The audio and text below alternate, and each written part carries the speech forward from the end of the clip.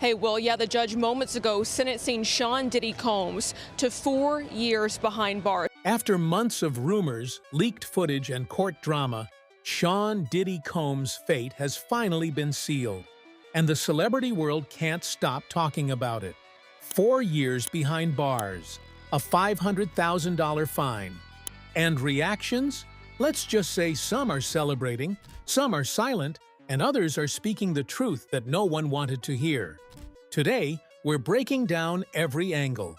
The sentence, the court proceedings, Diddy's attempts to sway the judge, the reactions from Hollywood, and what this really means for the industry. Buckle up, because this is the Diddy story, like you've never heard it before. Earlier today, the judge officially sentenced Sean Diddy Combs to 4 years and 2 months in federal prison. A decision that marks the end of a months-long legal saga filled with allegations, court hearings, and intense public scrutiny.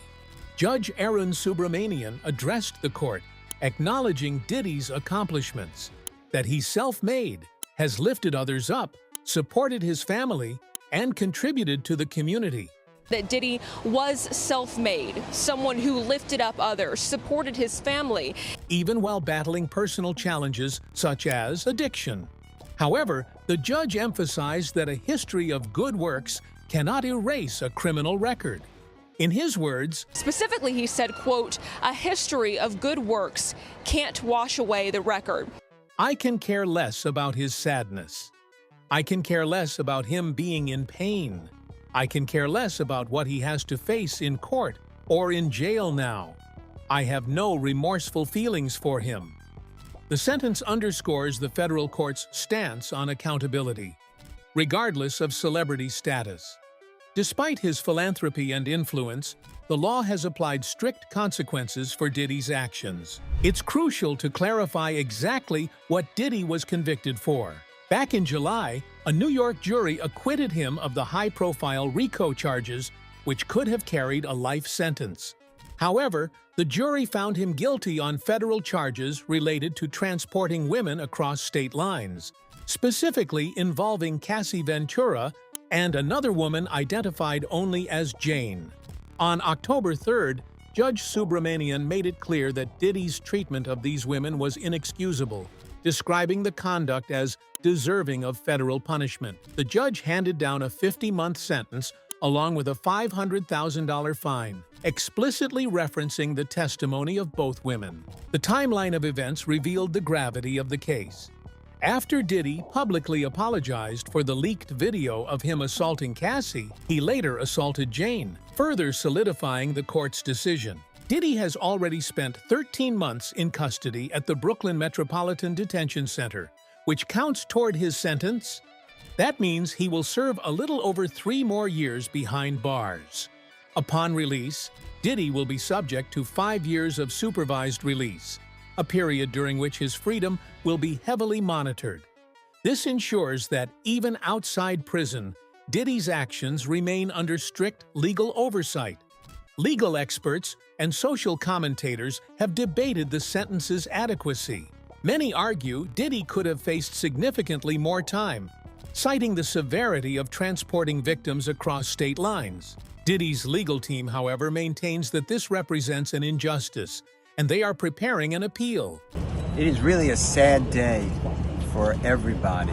I don't feel that way. We are planning to appeal. We think we have strong bases to appeal. Diddy's team went all out to sway the court. On the morning of sentencing, they presented an 11-minute PR video portraying Diddy as a family man and philanthropist. The video featured, "The goal was to humanize Diddy and highlight his positive contributions to society." Diddy's team dropped an 11-minute video this morning ahead of his sentencing, where he presented himself as a do-gooder to appeal to the judge. It's no better way than taking it to the streets. It's a beautiful city, running all around. The city's gonna be painful, it's gonna be rough, but you know, if we get through it, then it'll show kids and everybody else that, you know, finish what you started and you can do anything you put your mind to. It's filled with archival footage of him playing with his young children, meeting fans, running the New York City Marathon, and donating to schools. Much of it comes off like a documentary, highlighting his good deeds, But will it be enough to convince the judge to set him free today? Make sure to listen to the Trial of Diddy podcast after sentencing for all the details.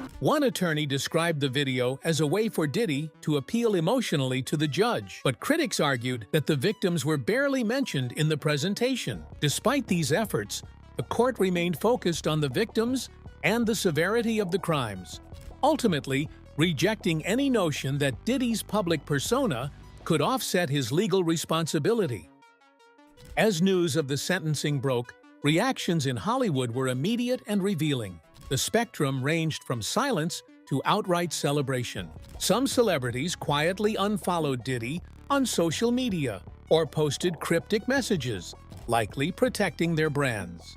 Others, particularly former associates, spoke candidly, asserting that Diddy deserved a longer sentence. Fans on social media expressed outrage, pointing out that ordinary people, particularly black men without wealth, often serve longer sentences for minor crimes, while Diddy received comparatively lenient treatment.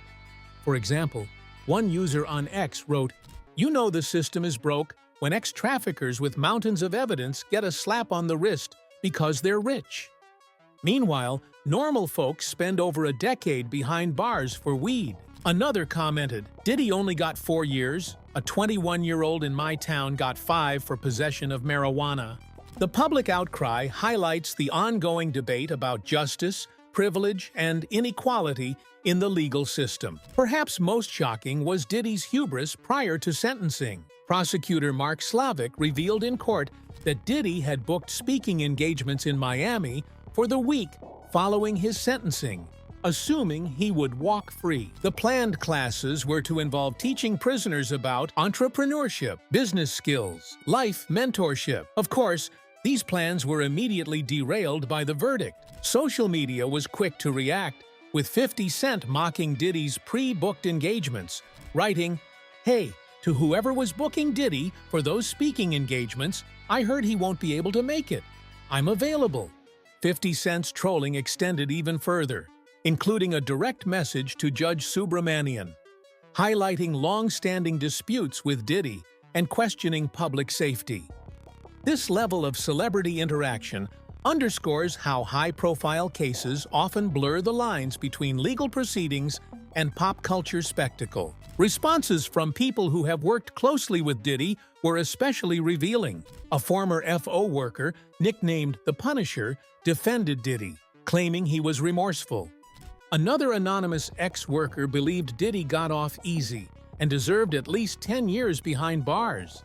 Diddy's ex-bodyguard, Gene Deal, expressed no sympathy, saying, "I can care less about his sadness.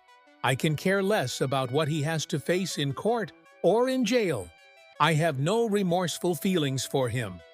These insider perspectives provide a raw, unfiltered look at Diddy's reputation within his inner circle. I can care less about his sadness. I can care less about him being in pain. I can care less about what he has to be faced with in court or in jail now. I don't have no remorseful feelings for him, bro. The social media narrative adds another layer to this story.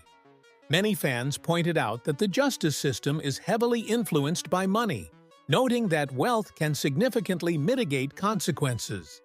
Others focused on Diddy's past actions and alleged abuse, arguing that even more severe sentences were warranted. While Diddy's philanthropy and influence were undeniable, the court's decision and public response highlight the discrepancy between celebrity privilege and accountability. Legal experts emphasize that this case sets a precedent for federal accountability, particularly in cases involving high-profile figures. RICO acquittal versus federal conviction shows the complexity of multi-charge trials. Time served is a critical factor in sentencing calculations.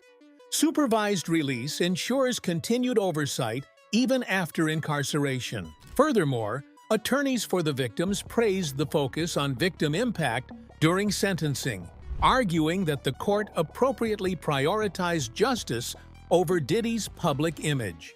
Cassie Ventura's attorney, Douglas Wigdor, released a statement acknowledging the trauma caused by Diddy and expressing hope for her continued healing. While nothing can undo the trauma caused by Combs, the sentence recognizes the impact of the serious offenses he committed. With the support of her family and friends, Miss Ventura will continue healing, and her bravery has been an inspiration to many.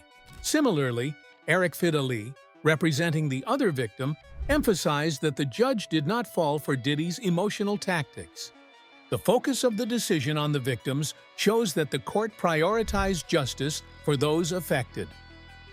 This response reflects a growing emphasis on victim-centric justice in high-profile cases, particularly those involving celebrities. Diddy's sentence is more than just a personal consequence. It's a reflection of Hollywood's complex dynamics. How celebrities use public relations campaigns to influence legal outcomes. How social media amplifies public opinion and outrage. The ongoing tension between wealth, influence, and accountability. For the industry, it serves as a reminder that no one is above the law, even those with vast influence and a carefully curated public image. This case has captivated the public for months, blending legal drama with celebrity culture. From Diddy's legal maneuvers and PR strategies to the celebrity and public reactions, the story highlights the tension between justice, privilege, and accountability in the modern era. Whether one believes the sentence was fair or lenient, it's clear that this case will continue to be a reference point for celebrity accountability and federal legal precedent for years to come. Now, I want to hear from you. Was 4 years enough for Diddy? Did his celebrity status and wealth influence the outcome? Or should the sentence have been much harsher? Drop your thoughts in the comments below. I'll be reading every single one, and we'll break down your reactions in the next video. And remember, this isn't just about Diddy. It's about how the system treats those with power and influence. Keep following for all updates, insider reactions, and deep dives into the Hollywood elite. This case isn't over yet. Appeals are coming, and the industry is watching every move.